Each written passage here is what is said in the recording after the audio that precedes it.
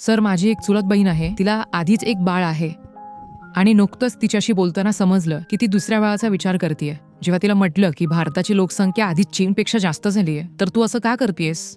तेव्हा ती फक्त एवढंच म्हणाली की मी आता 30 वर्षांची होणार आहे. 2 मुलं तर हवीतच. त्यानंतर मी करू शकणार नाही. शेवटी स्वतःचं बाळ ते स्वतःच असतं. सर, आपण कोणत्या दिशेला चाललेलो आहोत?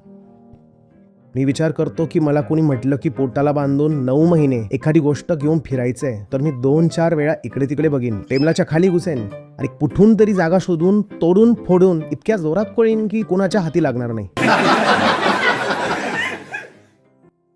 आणि मी स्त्रियांचा खूप आदर करतो आणि त्यांच्याबद्दल कृतज्ञ आहे ज्या जन्म देतात. 9 महिन्यांचा संयम ही खूप मोठी गोष्ट आहे. माणूसच तर आहात, माझ्यासारख्याच आहात. मी असा विचारही करू शकत नाही.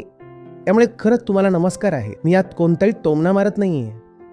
पण आता खूप झालं. तुम्ही खूप संयम दाखवला. 800 कोटी वेळा संयम दाखवला. आज आपल्याला जो प्रत्येक माणूस जिवंत दिसतोय, तो एखाद्या स्त्रीच्या संयमाचा पुरावा आहे. आता इतर गोष्टींमध्ये संयम दाखवा, आव्हानं स्वीकारा. आयुष्य मोठ्या आणि उच्च कामांसाठी आहे.